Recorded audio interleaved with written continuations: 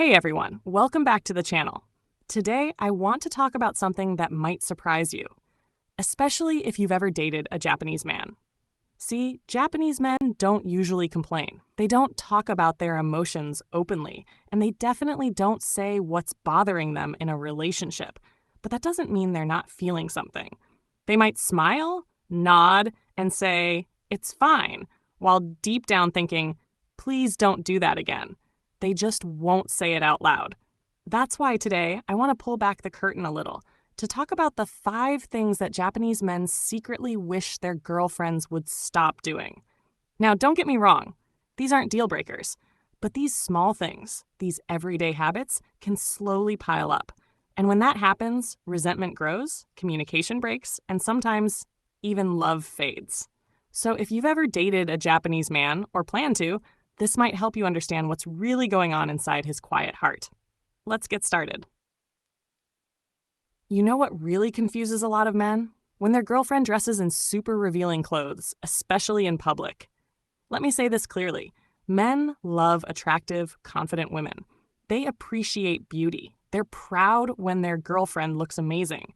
But there's a difference between feeling proud and feeling anxious. When a Japanese man sees his girlfriend wearing something very revealing, part of him is proud.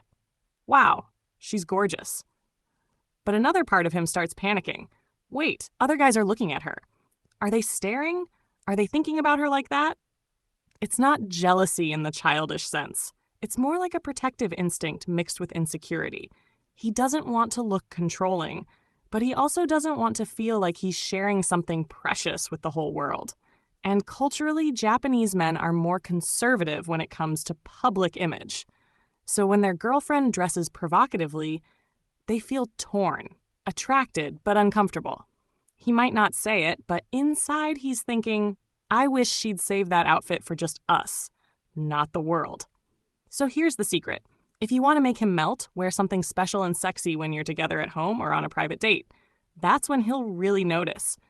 Because now, that beauty belongs to a moment between you two, not a display for everyone else. Now, here's something that modern relationships struggle with.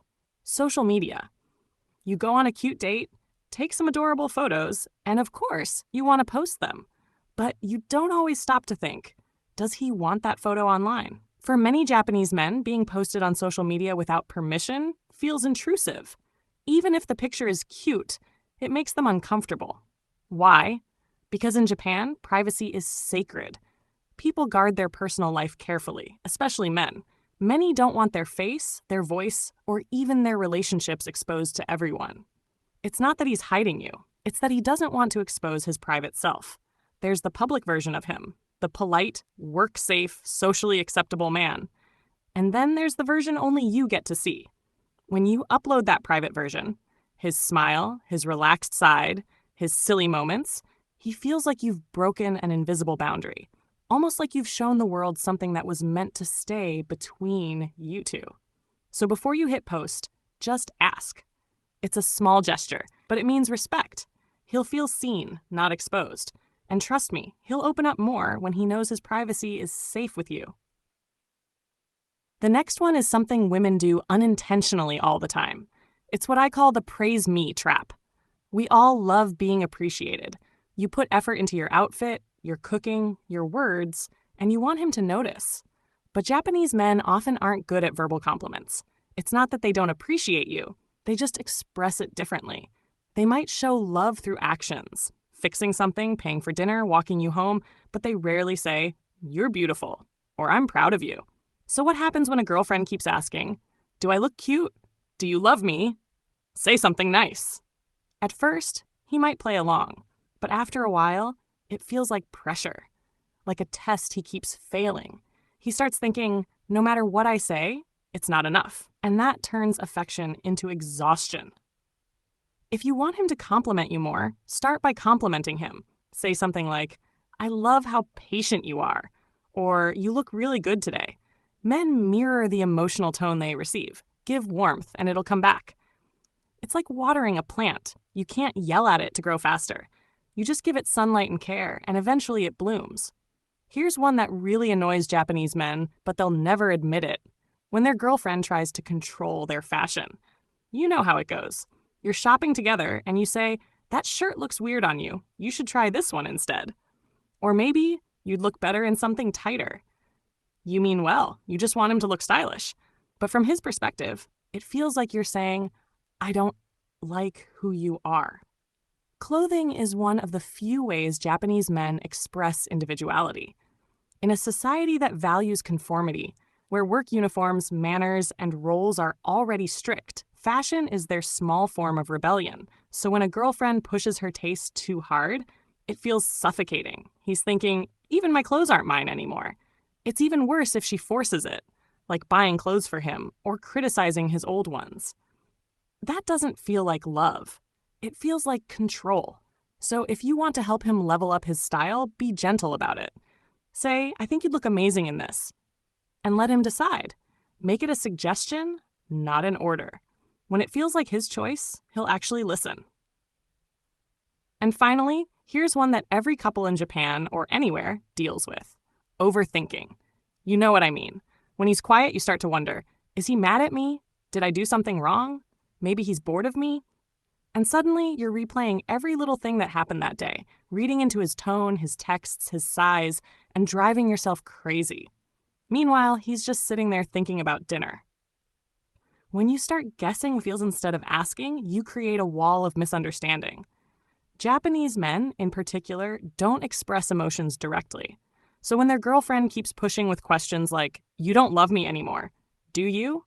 Or "You've changed," they freeze up. They feel accused instead of understood. They're not sure how to defend themselves. Because they don't even know what they're being accused of. The truth is, silence doesn't always mean distance. Sometimes it just means peace. He might just be tired, lost in thought, or comfortable being quiet. If you're worried, ask softly, "Hey, are you okay?" That's it. If he wants to talk, he will. If not, give him space and trust that silence doesn't mean disconnection. The more you trust, the safer he feels. And when he feels safe, he opens up naturally. So let's recap what we've talked about.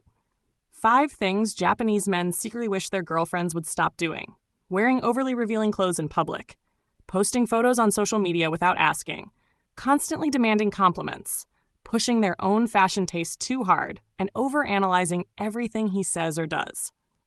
None of these behaviors are evil or intentional. In fact, most of them come from love, wanting attention, wanting connection, wanting closeness. But sometimes, love expressed the wrong way becomes pressure. And pressure, over time, becomes distance. The secret is empathy. Try to see what he feels underneath his silence. You don't have to agree with it, just understand it. Men might not say, "That hurt me," but they feel it. They might not say, "I wish you'd stop," but they think it. And if you can sense that, if you can listen to what's unsaid, you'll build a kind of intimacy that words can't create. Because at the end of the day, relationships aren't about being perfect.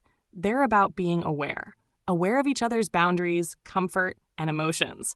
So next time you want to say or do something, pause for just a second and ask, is this for love or is this for control?